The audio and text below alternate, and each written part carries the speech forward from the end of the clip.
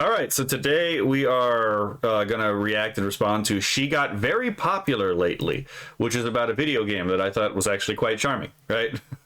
So here we go. This is by KYDB, and let's get into it. Imagine you suddenly hear a voice calling you from an arcade cabinet saying, そこのおじさん、私といいことしよう。 well, before he realizes, Uncle here is already standing in front of the cabinet.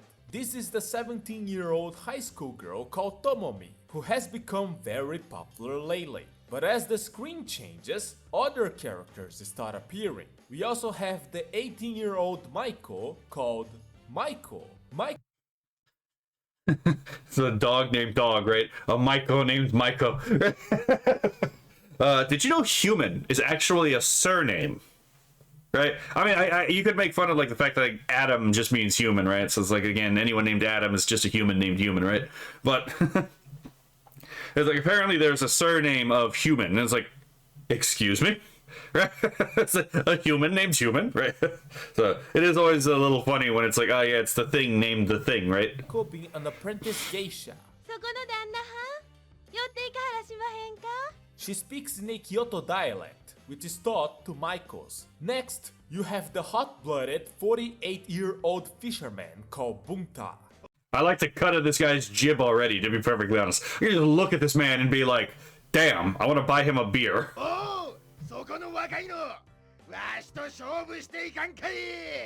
And lastly, you have this squishy thing, a 3-year-old cat called Tama. 勝負していくにゃ。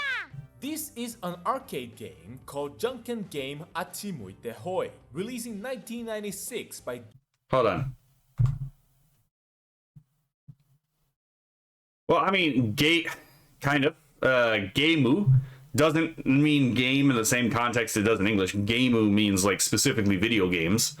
So it's like a Jonkin video game, actually. Called Junken Game Oh, wait, no, he was actually reading the title out loud. Yeah, but yeah, so... Achimuite Hoi, released in 1996 by Data East, which gained recent popularity through the YouTube algorithm when the video just named Junken, posted in August of 2025, started being recommended en masse. Well, I mean, to be fair, right? To be fair, she is a cute anime girl, right? Like, she is a cute anime girl. It is a... kind of popular, right? It's like one of the things that makes anime popular is, again, cute anime girl, right? And the game was further spread by Twitter reuploads, garnering millions of views. This is a simple rock paper scissors game with a custom control scheme. The arcade cabinet came with a lever which had 2 buttons. If you pressed both buttons, you would have a grip as if you were throwing rock. If you press only the lower button, you would have a grip as if you were throwing scissors. And if you didn't press either, your grip would be loose as if you were throwing paper. This is actually remarkably intuitive. Holy crap. This is actually genius design. So Chicken Tender 19 says, looks like Hogarth from Double Dragon and Squishy Cat looks like Turbo Granny from... I didn't even make that fucking connection. Holy crap, fair enough, right?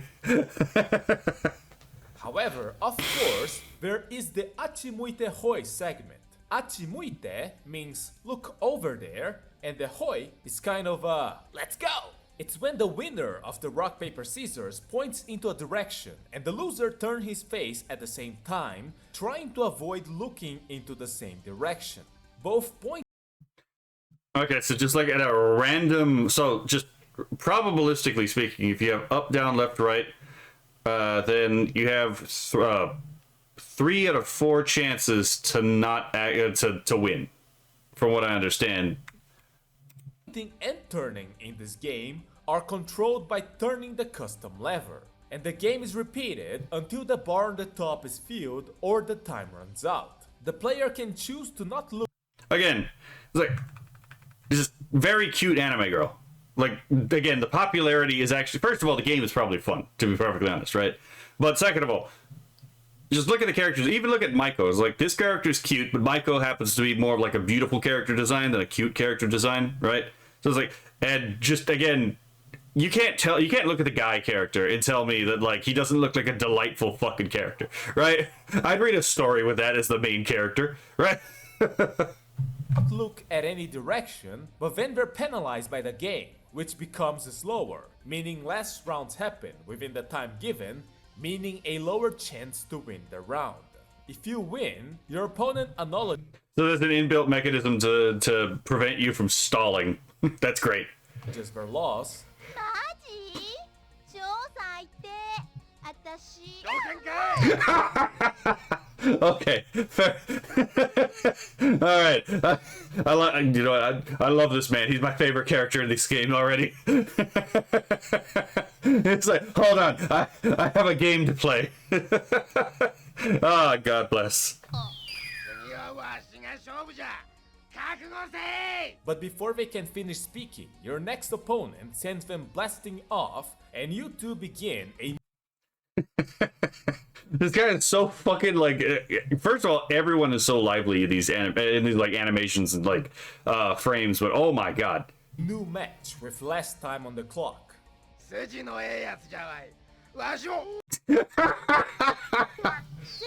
Might have been the most graceful way to shove someone out of the fucking way. うちがお相手させてもらいますよろし Again, like not a cute character, but this is definitely like more on the beautiful side. Well, I mean, yeah, sure, she is cute, but the other character was more on the cute side, and this one's more on like the beautiful side.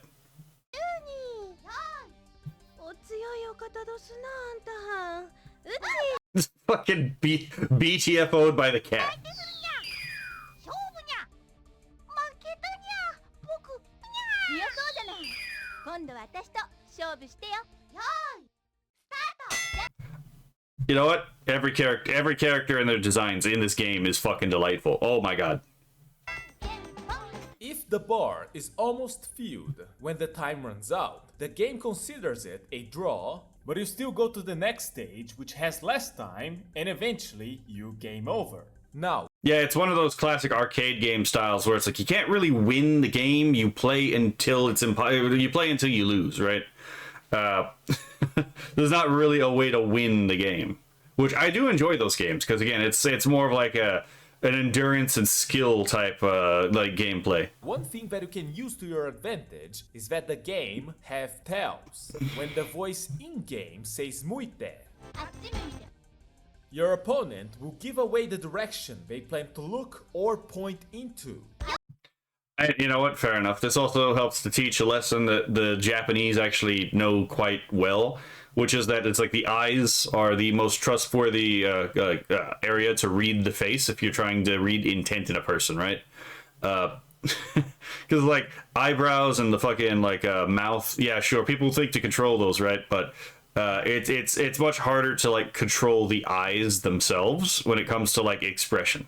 So it's like it's also why in the West we have the word the eye, you know, the phrase "the eyes are the windows to the soul," but we don't really like act as if that's actually the case. But yeah, so it's like if you're trying to discern someone's intentions, keep a track of their eyes. あっち向いてほいいいぞ Again. She's just this she's just cute. She's just really adorable. いいぞあっち向いてほい Again, not so much cute as much as again, beautiful lady, but not necessarily cute. あよし向いてにゃん And of course, it's a cat. I have a, you know, personally, I love cats, right? So it's just like, yes, I want to play against the cat, right? Like Chicken Tender 19, god damn you, you just made me think of the game and made me lose now you can lose too, damn it. I remember that meme back when I was in fucking like high school. I've never particularly cared for the game. Yeah, fair enough, right? Again, this is just so delightful. I want to buy this man a beer. But on later rounds, your opponent will try to trick you up, and the game becomes too fast to even react to their new tricks, making a loss eventually inevitable. Yeah, this is basically again how a lot of those old arcade games guaranteed an eventual loss in like the unwinnable games was exactly that, right? Where it's like it would stack on enemies or like increase the speed of the enemies. That way it'd be eventually impossible to really keep up with the game. Because not all games are designed to be won, but all games need a lose condition. Still, just playing the game felt rather pleasant, and that was thanks to the lovely and incredibly expressive characters. Yeah, I mean, that's like the first thing I recognize in this entire thing, right?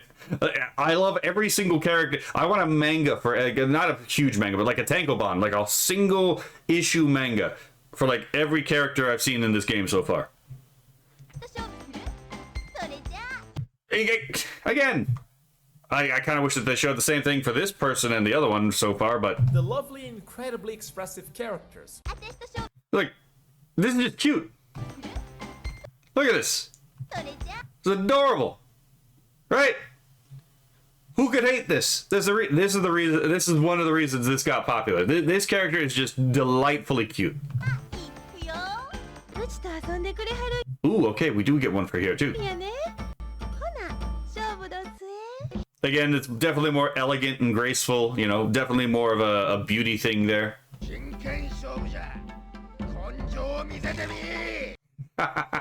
He did the fucking tokusatsu thing of like tossing away your robe.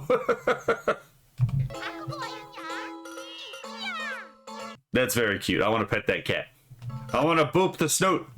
And as a statement to it, a ton of people Again, just really cute. People were charmed by the high school girl Tomomi. It makes you think that the person who designed and animated her really gets it. And it makes you wonder, who is this person?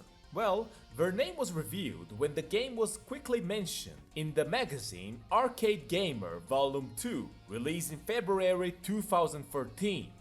God bless the people who actually researched this, right?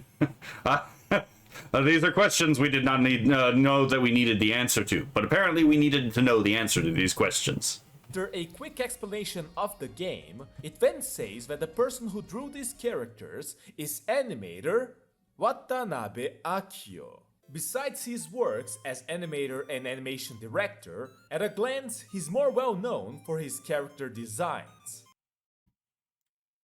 Yeah, okay. A little bit different stylistically than the things on screen, right? A little bit different. Okay. The Monogatari series, the Grisaya series, the anime, for the game too, but not all of the characters, the 2020 Higurashi series, the Road God Only Knows, the Soul Taker / Nurse Witch Komugi, hell, I'm going to throw in Etotama as well because I really like that one. Yes, it was. I managed to apparently not see a decent chunk of these anime, right?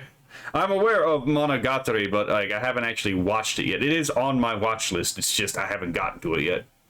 That Watanabe Akio, who was very surprised and wondering why his friends were asking him about this thing he worked on 30 years ago all of a sudden.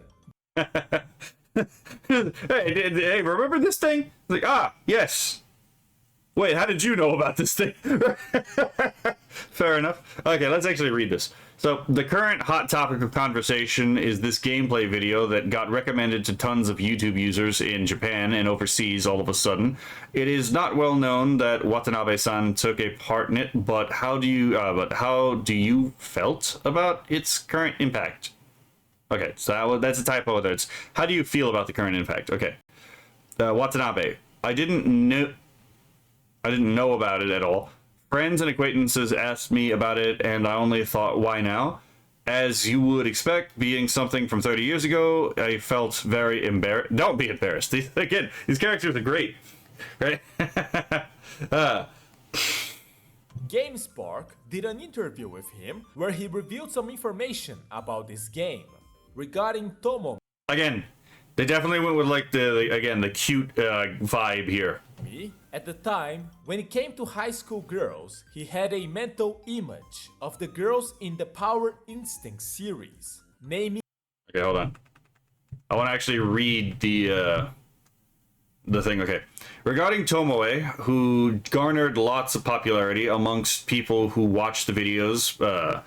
Please tell us about her. Despite her simplistic design, there are people continuously appearing that are drawn to her. Okay, what were you thinking when designing her? Excuse me.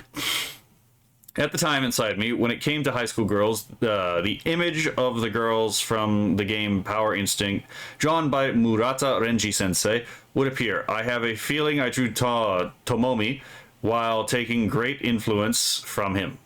Okay, so let's see where this goes. Naming Murata Renji's designs as giving him great You know what? I can see it. inspiration to draw Tomomi the way she is. Regarding Tama, it was the character he had more freedom to draw and play around. But also, because Tama was placed right on top of the arcade cabinet, he claims that Tama was the first character of his that ever got a figure. You know what? Fair enough, right? Fair enough. Okay, so let's actually read the thing on screen. So, Watanabe says, Neko-san is the one I played around with freely the most, I think. There's a musical note there, so I think he kind of like was kind of singing it at the time. On Ache Muite Hoi cabinet, a statue of this Neko-san was put on top of it, so I thought this Neko-san was the protagonist. I think it's the first character of mine that was ever three-dimensionalized. You know what? I'm going to go back to this, because apparently, you know, that's an interesting way to phrase that now that I'm looking at it. Good luck finding that one. Regarding Ha! Fair. Bunta, he was happy to be able to draw a character like him, being a fan of Data East titles like Trio the Punch. Unfortunately, I mean, yeah, just looking at that, just looking at that. Hold on, let me turn the chat off for a moment. Yeah, I think you can see it, right? Okay, there we go. The old man at the fishing harbor, since at the time I liked titles from Data East Samas such as Trio the Punch, I was very happy to be requested to draw a incomprehensible character, so I remember drawing very enthusiastically. I don't know if it was incomprehensible. Seems pretty comprehensible to me, but again, delightful design regardless. Son of a gun.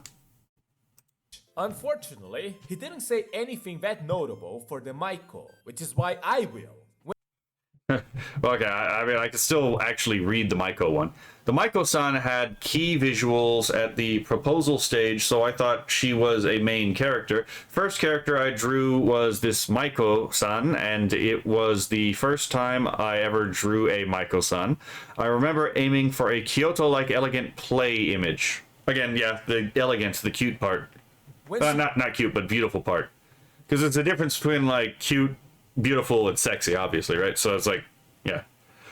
This one definitely went for more beautiful than it did, like, the other two. Gets flustered and her kimono starts sliding down. You cannot tempt my eyes, temptress. Put that kimono back up. We have a game to play. I think that's wonderful. Hold on, I'm going to rewind it. I heard that in his voice. Anything that notable for the Maiko, which is why I will. When she gets flustered and her kimono starts sliding down, I think that's wonderful. Okay. I'm not, yeah, okay. But it also makes her match more difficult, because your eyes move from here to here. You cannot tempt me, temptress. You cannot tempt me. My eyes remain fixed on yours. I see your machinations. I know what you're trying to do, right? You cannot deceive me. Here, so you end up losing the hints.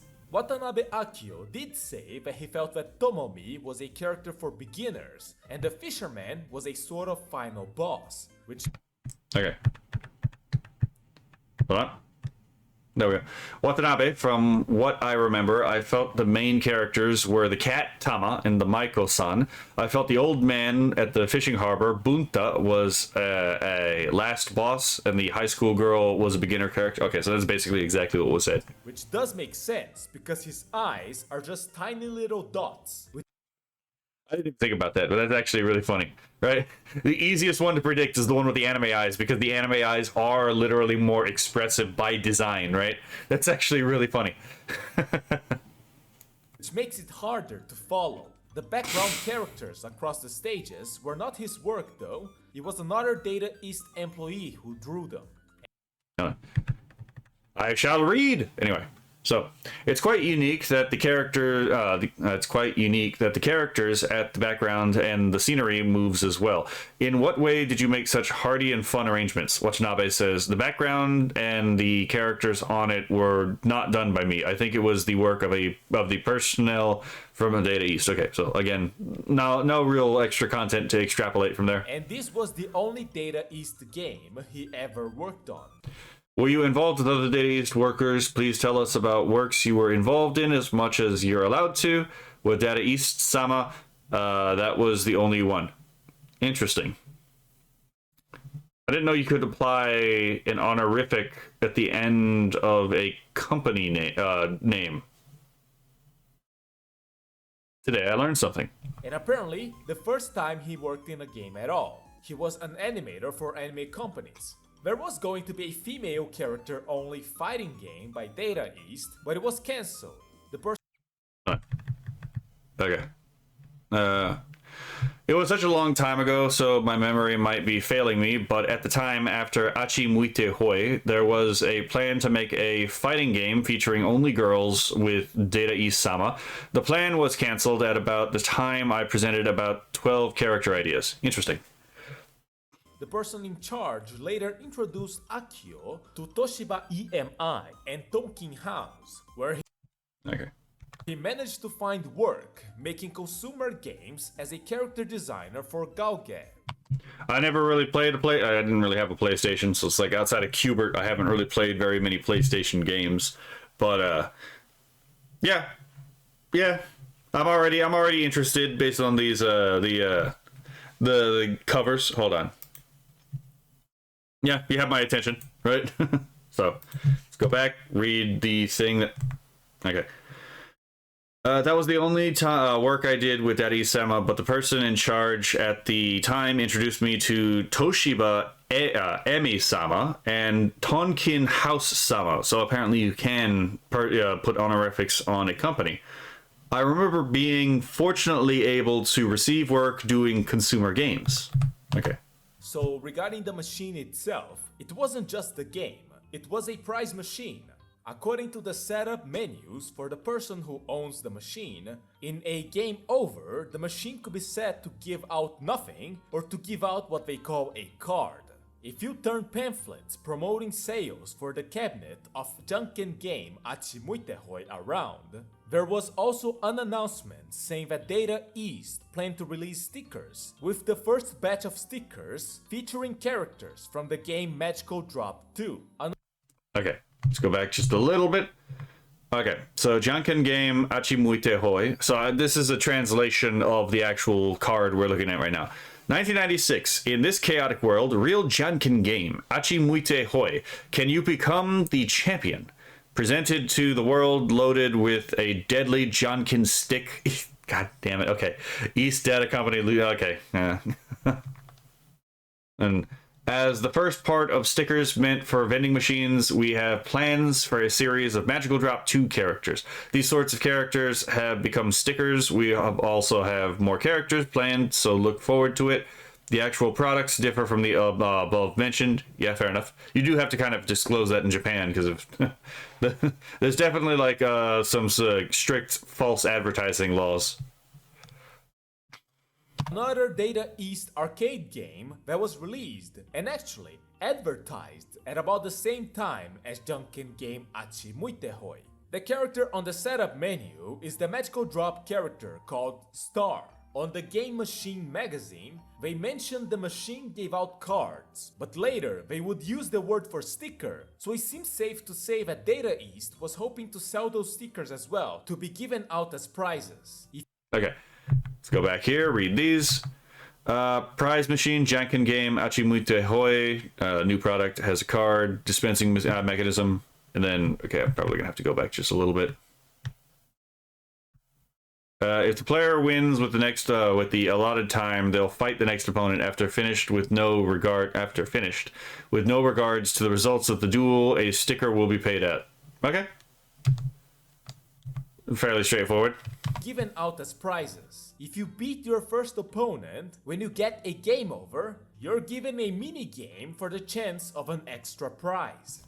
You still got some way to go. A parting gift. Take it with you. Fair enough. Of course, this just gives the player the illusion of choice, because the payout rate is set by the owner of the machine, and by default, it's set at a lovely 10% payout rate. However, if the player was given the win, they would get 1 or 2 more cards, nothing if the owner is feeling stingy, or a 75mm capsule, as is stated on the Game Machine magazine, a capsule which was likely filled with candy. Okay, go back here. Janken game Achimuite Hoi new. The cabinet with the function to pay out 75 Phi capsules and cards. Okay.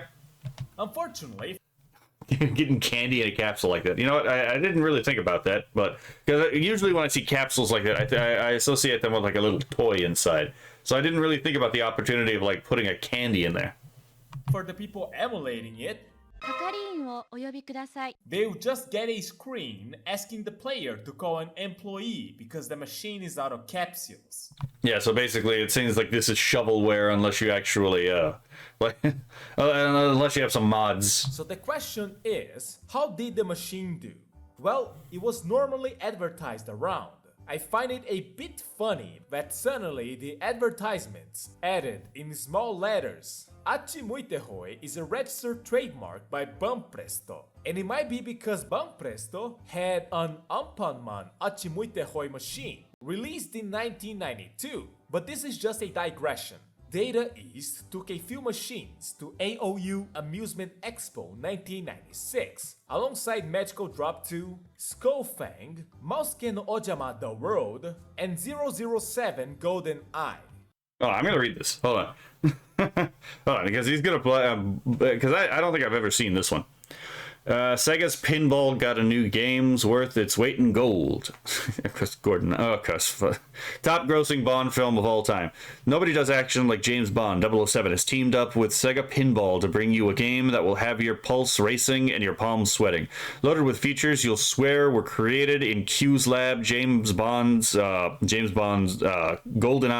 The pinball has got what it takes. And then the pinball one. People were able to play Achimuitehoi there, and this is honestly the only picture I could find of people playing with the machine.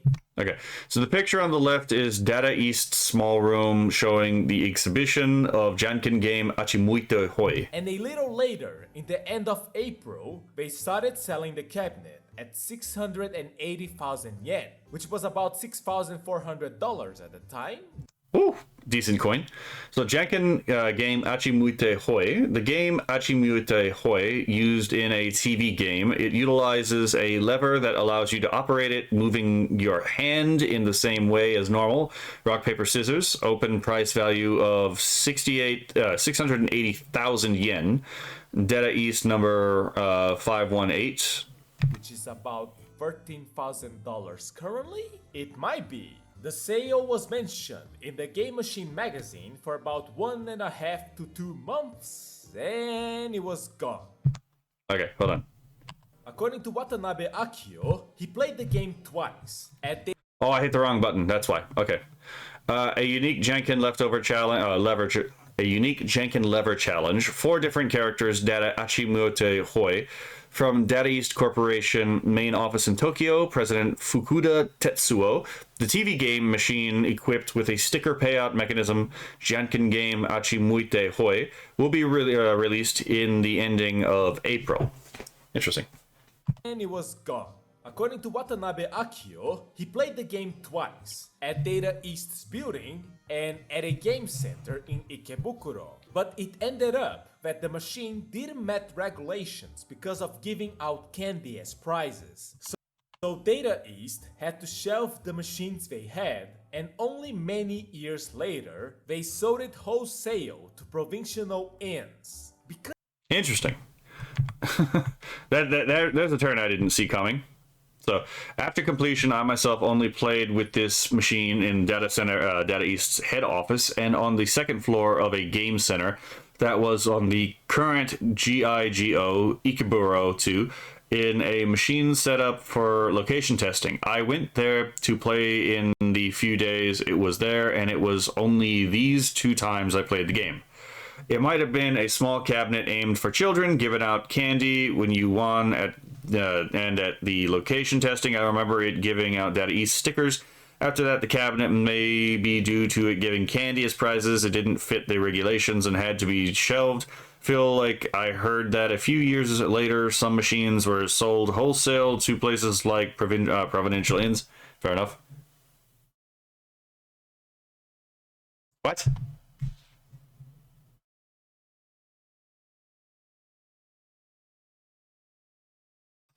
Hold on. What the fuck just happened?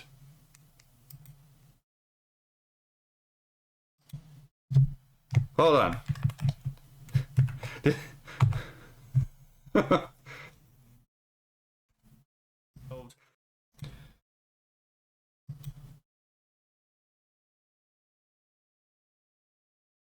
Okay, so it does seem to... Okay. Yeah, it seems to have crashed. Okay. That is annoying. Hold on. Let me try this.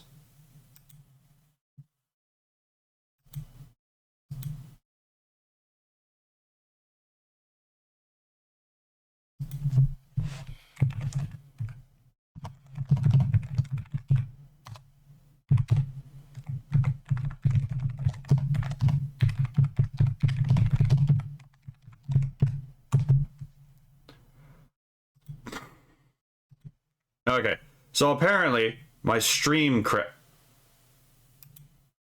There we go, okay. Hopefully this fixes the problem.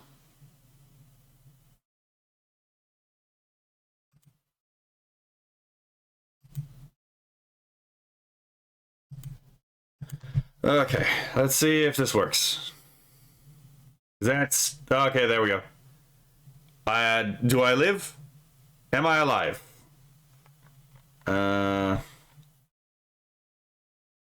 There we go. Okay. Hold on.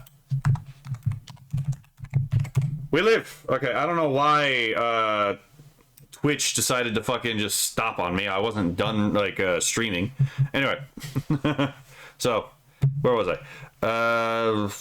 Oh yeah, so we just got... The machine didn't met regulations because of giving out candy as prizes. So Data East had to shelve the machines they had, and only many years later, they sold it wholesale to provincial inns. Because it didn't have a proper release, he was happy that people ended up being able to see his work. Data East would soon later leave the arcade market due to financial issues and would eventually file for bankruptcy a few years later.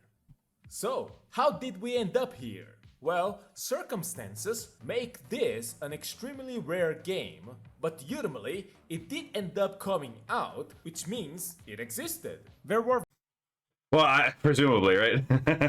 Presumably. very little people here and there claiming to have played it, and one rather detailed Yahoo Answers post in 2012, reminiscing it at a time you couldn't even find a picture of it online. The cabinets are probably long gone, but the circuit board for the game ended up popping on Yahoo Auctions in October of 2019, which was 45,500 yen. Hold on, let me see if I can find out what that is.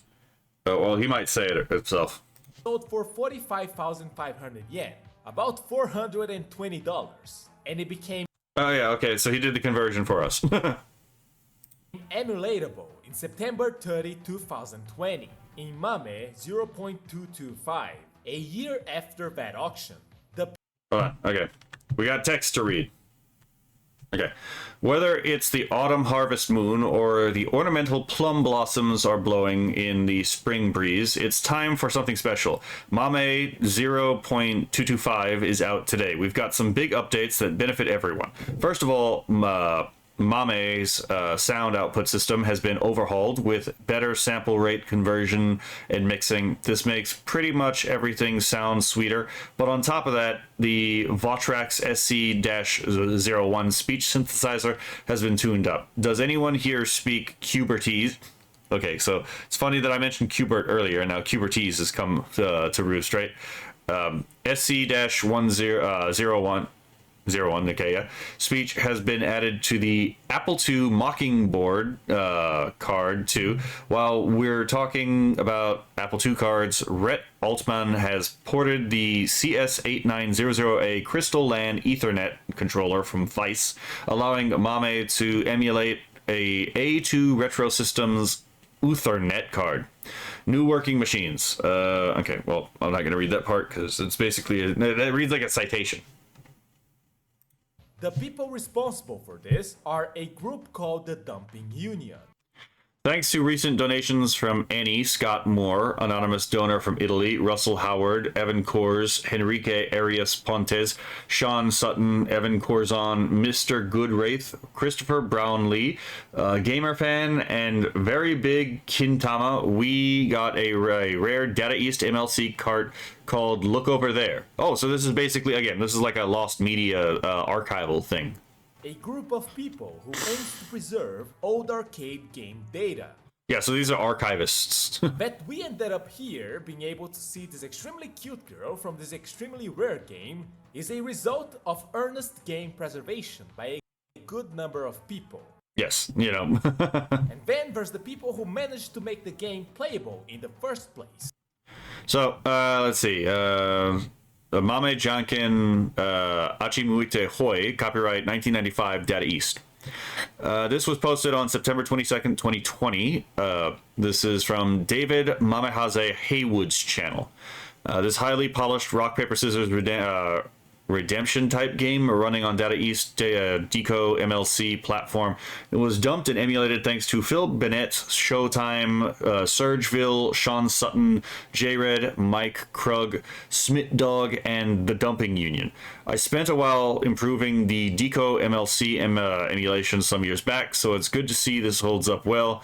This will be supported in the Mame 0.225 release. Brian McPhail, okay. Crimson Rain 14, archivists, my beloved, yes. Support your local archivist, right? So McPhail is or File, is that File? Yeah. Okay, so it's Brian McPhail. And Pier Paolo Prazzoli fixed some issues in the Deco driver. Deco MLC video hardware near perfect for the most part. However, no game works properly because of an unemulated math coprocessor attached to the DE156 chip. Brian McPhail made improvements to the Deco MLC games, added sprite buffering, fixed the tile banking, fixed clear color, added sprite clipping, and ARM interruption bug fix. Let's see. The only thing left for this driver is really raster support for the pitch in Stadium Hero. And then we have the people who posted gameplay. Chicken Tender says, glad you're back and sorry phone died same time I sent last pitch. Fair enough, right? Which was spread around by the I'm glad you came back, man. twins of the algorithm, which ended up with you watching this video. That's the flow of life.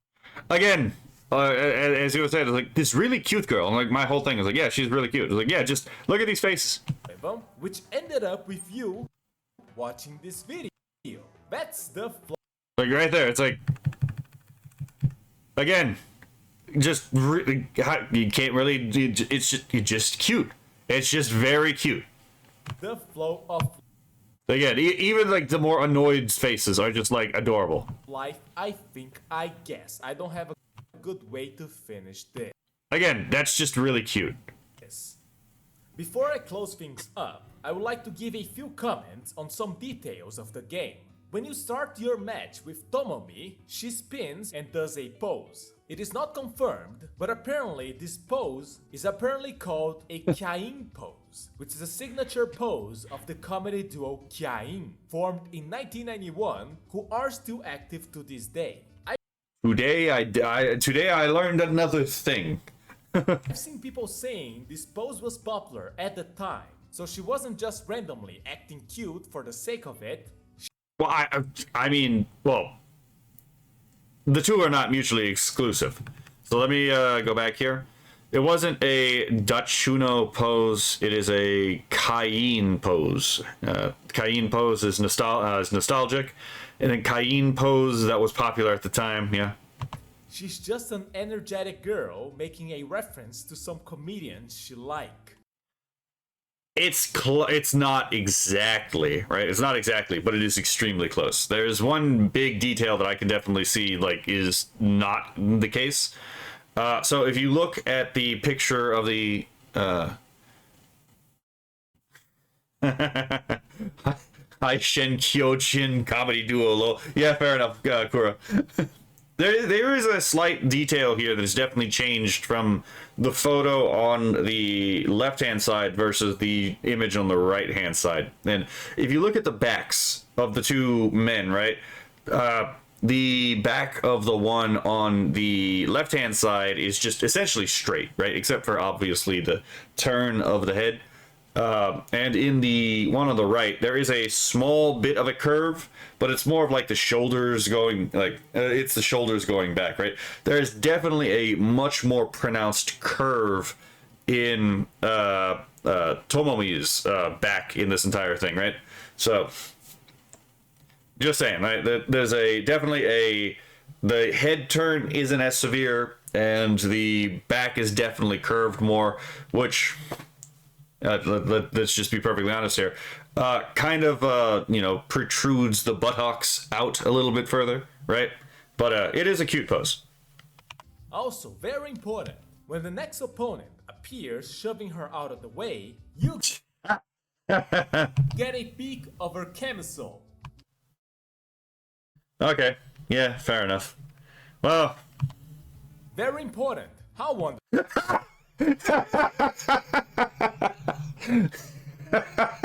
I love this man. I've never seen a video of this man before in my life, but I love him to death. Holy shit.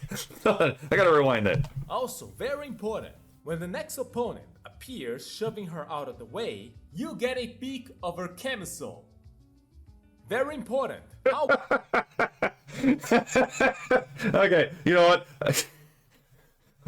Give me one moment. Okay, hold on. Am I subscribed to this guy already? Okay, I am subscribed to him already. Damn it. The one time I don't want to be subscribed to someone, so I can subscribe for that exact joke. Wonderful. Anyways, on every stage, the background elements play Achimuitehoi along your opponent. But the element that interests me the most is on the Maiko stage, the fire on the mountain. That is called Gozan no Okuribi, the ceremonial bonfires of the 5 mountains. It happens at the culmination of the Obon festival, where giant bonfires are lit on mountains surrounding Kyoto, and this one is on the shape of the kanji big. Interesting, because the one that they showed originally in that first video was a Tori gate, it looked like. However, in the game, there's a little extra for dog. Interesting. line on the upper right corner, making it the kanji for dog. This is a reference to a local story where I didn't notice that. The fucking the fire in the background moves with the game. around the 60s or 70s, someone pulled this off as a prank. However, in my research to find if it was true or not, I only found people claiming they could not find proof it actually happened. So this is urban legend. Well, I don't think there's much more to say about Junken game Achimuitehoi. If you enjoy my videos, please consider supporting me on Patreon. But if you want to support something else, the Dumping Union accepts donations for the sake of game preservation. That might be more interesting to you. I would like to thank all of my patrons now. You know what? I do like these little histories in like video game obscurities, right? I mean, this is a very cute game. I would definitely play this game if I had the ability, you know, if I had the, first of all, the hardware and like the actual game software. But Thank you, Dark Rose. Thank you, Vedere P. Thank you, Furwon. okay, so this is basically just the thank you to the Patreon supporters. So yeah, this is a delightful little, like, I actually really enjoyed this. This is, again, kind of like the kind of autistic research that I actually do quite enjoy. Source is Pastebin. Fair enough, right? So, again, she got very popular lately. All I gotta say is this guy definitely liked he definitely liked the female characters, right? Very, I found it charming, right? Kura Onigurashi says, Oban Festival is essentially Japan's more wholesome version of the Day of the Dead, if I'm not mistaken. I've never made that association. I'm gonna have to look. I'm gonna have to think about that. You've given me something to think about. I'm definitely gonna have to think about that. But the Day of the Dead is actually itself pretty wholesome. It's just the Day of the Dead itself is pretty wholesome. It's actually a Catholic holiday, but it's essentially All Souls Day, right? Just Mexicanized. Oh wait. Okay, I forgot. I need to end the recording for this video. Damn. So, if you're if you're watching the recording of this video, thank you. I will see you in the next video. I hope you have a lovely day. I'm still trying to figure out how to end these videos, but that'll be it for right now. And if you're on the stream, keep here if you want to, because I have a couple more things to get through.